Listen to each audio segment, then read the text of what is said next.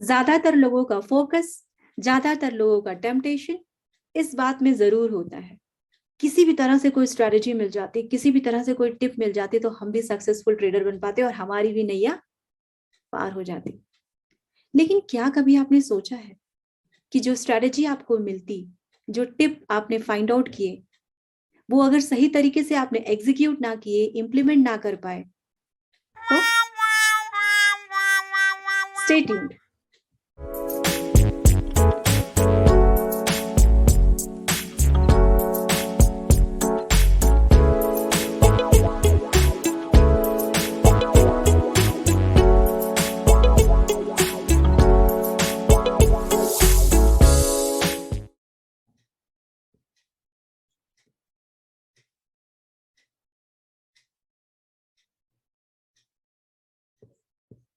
Hey folks, welcome to our channel फिनरिबस। आज के एपिसोड में हम 7 पॉइंट कंसीडर करेंगे, 7 पॉइंट्स डिस्कस करेंगे जो कि बहुत ज्यादा जरूरी है एक इंट्राडे ट्रेडर के लिए। अगर आप इंट्राडे ट्रेडिंग लर्न कर रहे हो, स्टार्ट कर रहे हो, सीख रहे हो, तो ये 7 पॉइंट्स बहुत ज्यादा जरूरी हैं कि आप उसे स्ट्रिक्टली फॉलो करें। ओके अगर आपने सक्सेसफुली इन 7 पॉइंट्स को कंसीडर कर लिया तो आपको सक्सेसफुल ट्रेडर बनने से कोई नहीं रोक सकता। Point number 1, first of all आपका 2 सेपरेट डीमेट अकाउंट होना चाहिए। 2 सेपरेट डीमेट अकाउंट। क्यों इतना जरूरी क्यों है 2 सेपरेट डीमेट अकाउंट? वो इसलिए क्योंकि जब हम ट्रेड करते हैं, किसी भी स्टॉक को बाय या सेल करते हैं और स्ट्रेटेजी जब हमारे अकॉर्डिंग नहीं बैठती तो हम क्या करते हैं, हम वेट करने लगते हैं और हम सोचते हैं कि चलो ठीक है, 1 दिन देख 2 दिन देख करके हम उसको सेल कर देंगे, हमारी स्ट्रेटेजी कभी ना कभी तो ठीक बैठेगी। हम क्या कर रहे हैं, हम ट्रेडर से इन्वेस्टर में कन्वर्ट हो रहे हैं। हमने सोचा क्या था, ट्रेडिंग का, कर क्या रहे हैं, इन्वेस्टिंग।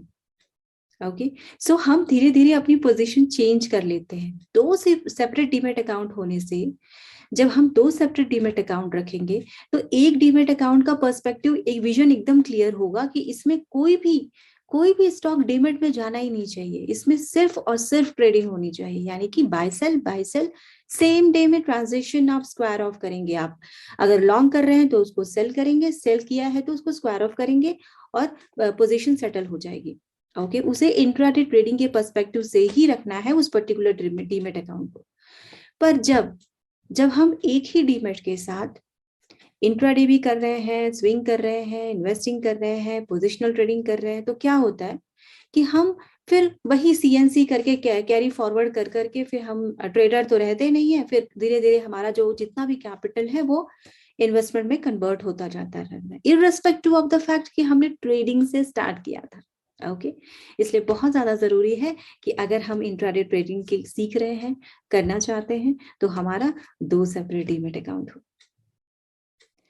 पॉइंट नंबर 2 कहता है कि इंट्राडे ट्रेडिंग करने के लिए कुछ ऐसे बहुत जरूरी एस्पेक्ट हैं जिसे डिसाइड करना होता है, जिसे फिक्स करना होता है, जिसमें नंबर 1 है कैपिटल को फिक्स करना। यानी कि आपके पास कितना कैपिटल है, आप उसको फिक्स करिए इंट्राडे ट्रेडिंग के लिए।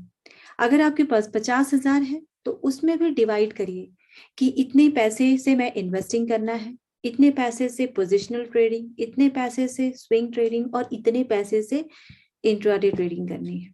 ओके एलोकेशन ऑफ कैपिटल बहुत ज्यादा जरूरी है। इससे क्या होता है, इससे आपका विजन क्लियर होता है कि इंट्राडे ट्रेडिंग मुझे इतने ही अमाउंट से करना है। अगर उस दिन का टारगेट आपका खत्म हुआ तो आप स्विच कर लीजिए। ओके सो बहुत ज्यादा जरूरी है कि आप सेफली डील करें, ट्रेडिंग करें सेफ एंड सिक्योर मैनर में। इसलिए कैपिटल को बाइफरकेट करना, डिस्ट्रीब्यूट करना बहुत ज्यादा जरूरी है। ओके सेकेंड एस्पेक्ट होता है fix your risk.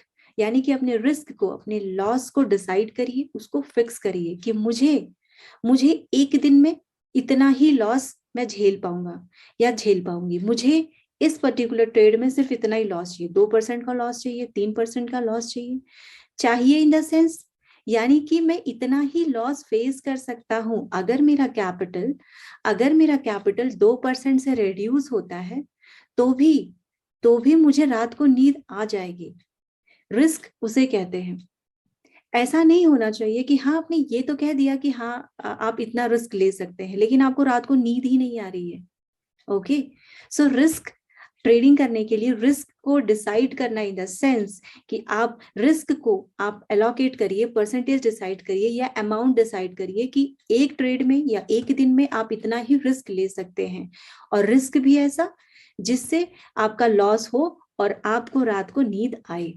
Okay, next है आपको अपना रिवॉर्ड डिसाइड करना होगा, आपको अपना प्रॉफिट डिसाइड करना होगा। स्टॉक मार्केट बहुत बड़ा समंदर है। ओके, यहाँ पर सबके लिए ट्रेड होते हैं, बहुत ज्यादा पानी होता है, सब अपने अपने बॉटल्स में अपने अपने कंटेनर में पानी लेकर जा सकते हैं। ओके, लेकिन ऐसा नहीं है कि सारा का सारा पानी आपको ही चाहिए। ये अप्रोच सही नहीं है एक ट्रेडर के लिए। ओके, सो बहुत ज्यादा जरूरी है कि आप अपना रिवॉर्ड डिसाइड करिए, आप अपना टारगेट, अपना प्रॉफिट भी डिसाइड करिए। आपको आपका पॉइंट मिला, आपको आपकी अचीवमेंट मिली, बस आप स्विच कर जाइए।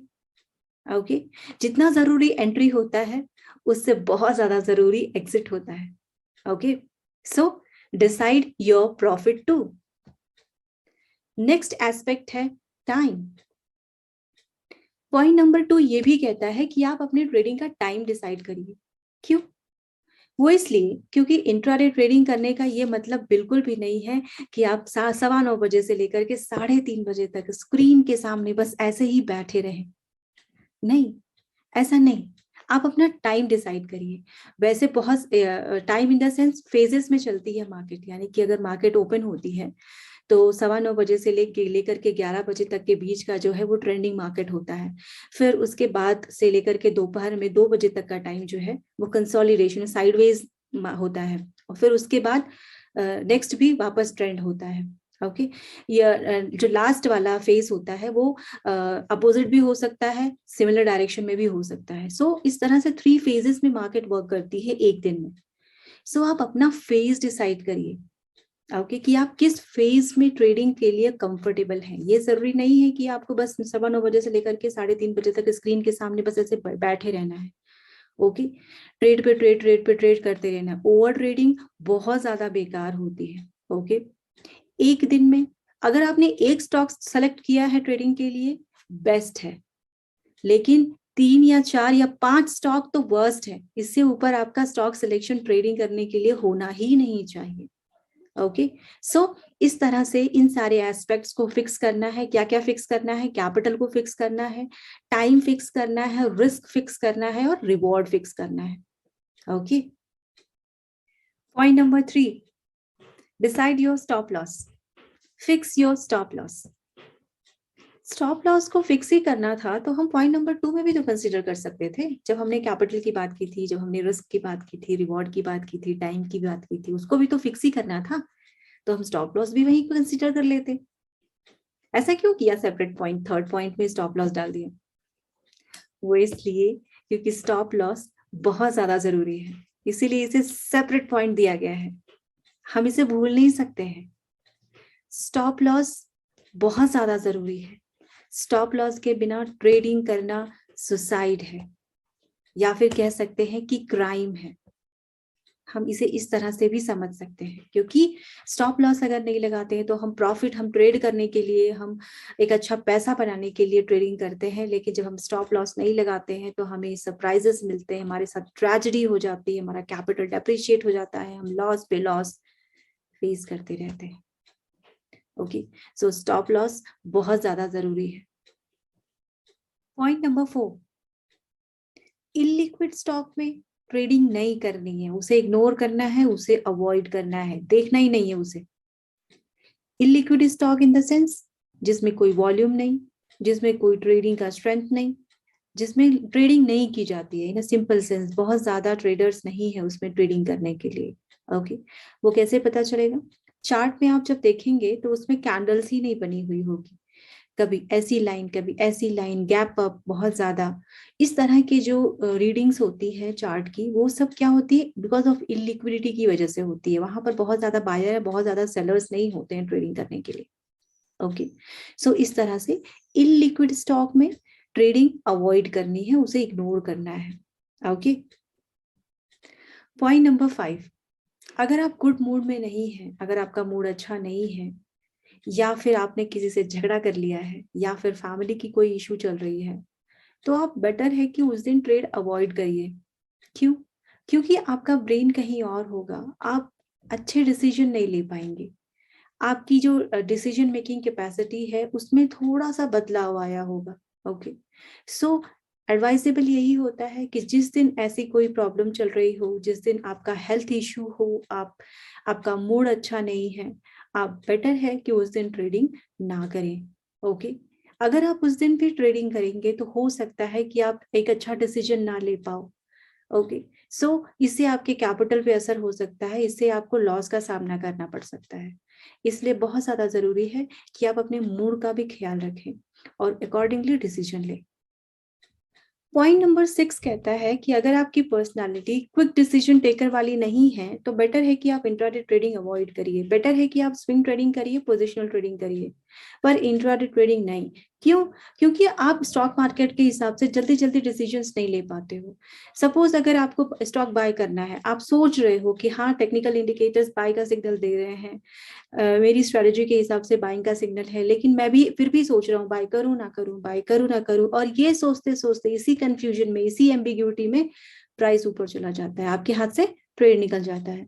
इन a similar sense exit point को लेकर के कि आपको इंडिकेटर सेल का सिग्नल प्रोवाइड कर रहे हैं कि यहाँ से मार्केट नीचे जा सकती है, ऐसे बहुत सारे कैंडलस्टिक पैटर्न है जो आपको ये इंडिकेट कर रहे हैं कि यहाँ से मार्केट नीचे जा रही है, लेकिन फिर भी आपकी डिसीजन मेकिंग में प्रॉब्लम हो रही है, आप जल्दी से डिसीजन नहीं ले पा रहे हो कि आपको यहाँ से ही एग्जिट लेनी है या फिर यहाँ से ही अपने स्टॉक को सेल करके निकलना है। तो ऐसी सिचुएशन में आपको लॉस का सामना करना पड़ सकता है। सो बेटर है कि आपकी पर्सनालिटी इंट्राडे ट्रेडिंग वाली नहीं है, ये आप खुद को पहचानिए, खुद को आइडेंटिफाई करिए, खुद में इन्वेस्टिगेट करिए। ओके, और अकॉर्डिंगली डिसीजन लीजिए। 7th पॉइंट हमें डिसिप्लिन सिखाता है, डिसिप्लिन जो कि हर एक फील्ड में जरूरी है। अगर आप ट्रेडर हो तो डिसिप्लिन रहिए, किस में? अपने कैपिटल में, अपने रिस्क में, अपनी प्रॉफिट में, टाइम में, अपनी स्टॉप लॉस में, इन सब को स्ट्रिक्टली इन अ डिसिप्लिन्ड वे में फॉलो करिए। अपनी स्ट्रेटजी के लिए डिसिप्लिन रहिए, अपनी बाइंग और सेलिंग के लिए डिसिप्लिन रहिए, स्टॉक सिलेक्शन में डिसिप्लिन रहिए, फिर आपको सक्सेसफुल ट्रेडर बनने से कोई नहीं रोक सकता। सो डिसिप्लिन एक ऐसा फैक्टर है जो लीड रोल प्ले करता है एक अच्छे ट्रेडर के लिए। सपोज आपने इन 7 पॉइंट को बहुत अच्छे से फॉलो किया इन अ डिसिप्लिन्ड वे। ओके, इन अ डिसिप्लिन्ड वे आपने इन सारे 7 पॉइंट्स को अच्छे से फॉलो कर लिया।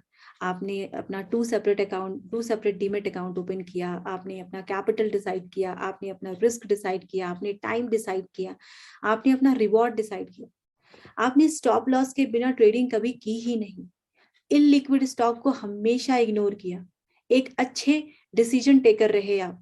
ओके, अपनी पर्सनालिटी के हिसाब से आपने इंट्राडे ट्रेडिंग करना स्टार्ट किया। इसके अलावा आपने अपने मूड को भी अहमियत दी, जब आप सही मूड में थे तो ही ट्रेडिंग की।